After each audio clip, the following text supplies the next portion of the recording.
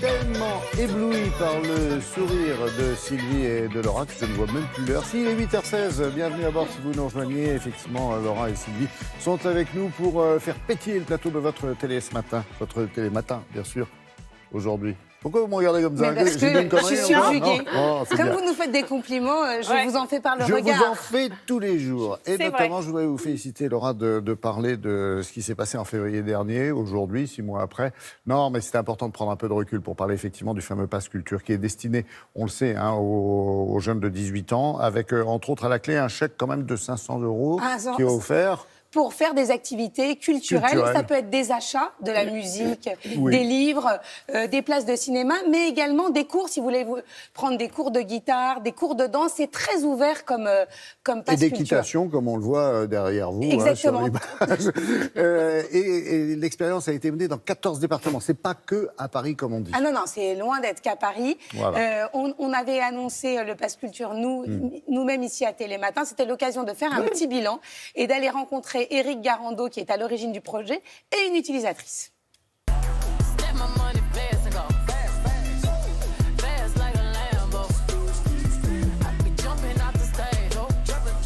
Éric Garando, bonjour. Bonjour Laura. Alors, c'est quoi ce Pass Culture? On pourrait presque dire que c'est le couteau suisse de la culture à l'ère du numérique. Parce que c'est une application mobile. Vous avez envie d'aller au théâtre, d'aller au cinéma, de lire un livre, un journal, d'aller visiter un monument parce que vous êtes dans une région que vous ne connaissez pas.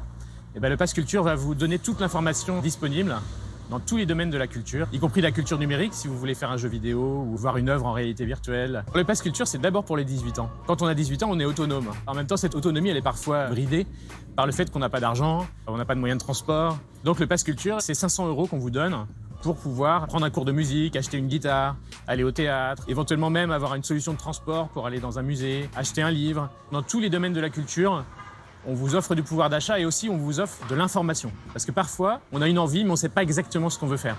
Ou alors on ne sait pas que juste à côté de chez nous, il y a une librairie avec des livres fantastiques, qu'il y a une exposition incroyable qui vient d'ouvrir ses portes.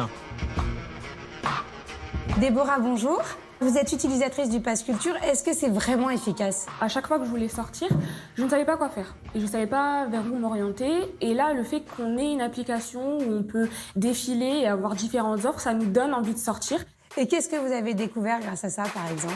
J'ai découvert les nocturnes au musée du Louvre.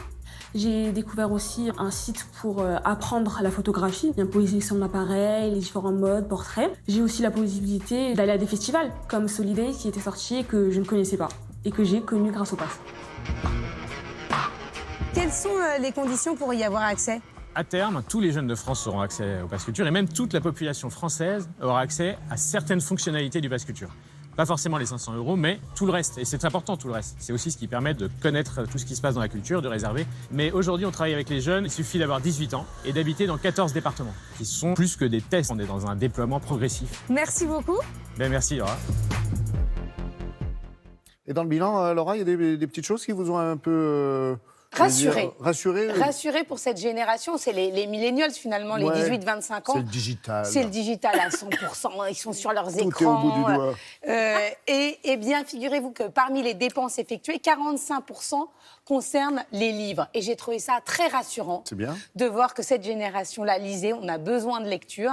Et effectivement, vous dire aussi que cette initiative, elle peut être prise par des privés. Là, on voit que l'État soutient ce projet. Ah, le modèle pourrait être Et vous repris. parliez des musées nationaux pendant la diffusion du sujet. Les musées peuvent offrir des places. J'ai parlé pendant le sujet. Non, mais c'est prouve qu'on échange, heureusement. Comme c'est la 6e fois que vous voyez les sujets, c'est normal qu'on puisse échanger pendant l'émission. Et donc voilà, les privés aussi peuvent offrir, être mécènes. Vous parliez de grandes marques que je tairai, mais voilà, appropriez-vous le Pass Culture et faites-le vivre autour de vous.